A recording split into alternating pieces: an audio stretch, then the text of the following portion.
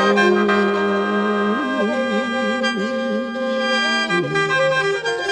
โอ้ยลาโน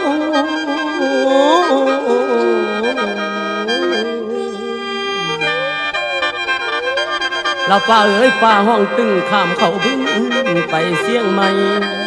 ตกมาหอดของไทยฝ่าเป็นสีคึมคึมหัวใจอายห่วงแต่แฟนห่วงแต่แฟน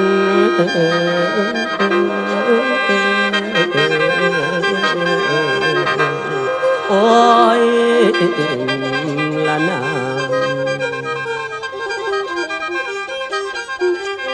อันนี้ล่ะพี่น้องเมษายนไกลไปแล้วพฤษภากะมาต่อฝนตกลงจากจนใบหากระปงมาพวกเจ้านาเตรียมไว้ถึงไถกับข้าปั่นเสือกไว้สิไถดันมาหุดหน้า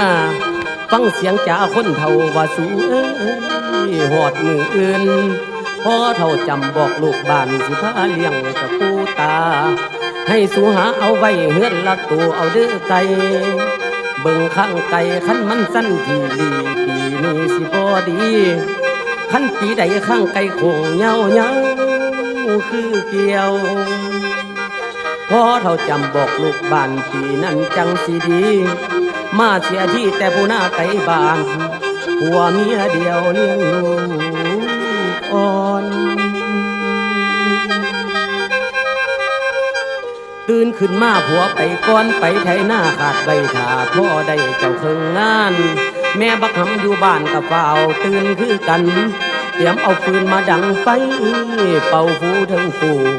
เสียงดีไฟควันกลุ่มในขัวลูกหอมกระบองปอมเคี้ยวไว้เอาน้ำมาใส่มวยน้ำหวดแล้วเอาเขามาเศร้า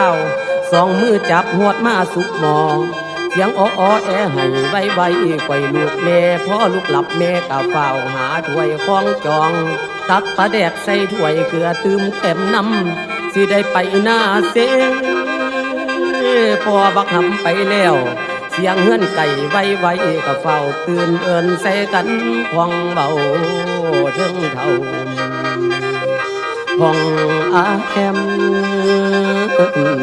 พองอาแอม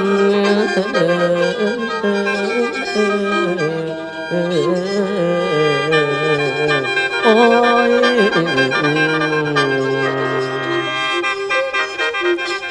อันนี้ล่ะพี่น้องพ่อเมื่อตาเว้นขึ้นสีไม่มาพ่อคุ้มผูบ้ากะหาบตาใดเทิงเฝ้ากับฟองเดินมือหนึ่งอุ้มลูกน้อยเฝ้าเล็งลงหน้าสวยไม่มาแดดเอาทั้งหอนพอบอยากมีน้ำบานเศร้าหน้าจึงหน้ากำหน้าดำแม่นเช่าหน้าหาเฮ็ดเลี้ยงพวกพี่น้องเมืองบานจังจะเลื่อนเพิ่นจังเอิ้นว่ากระดูกสันหลังท่านบ่มีเช่านะบ่ได้เป็นเมืองบาน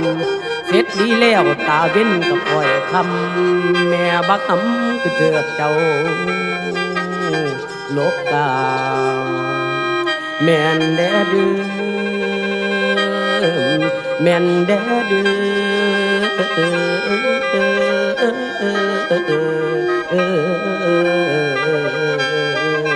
โอ้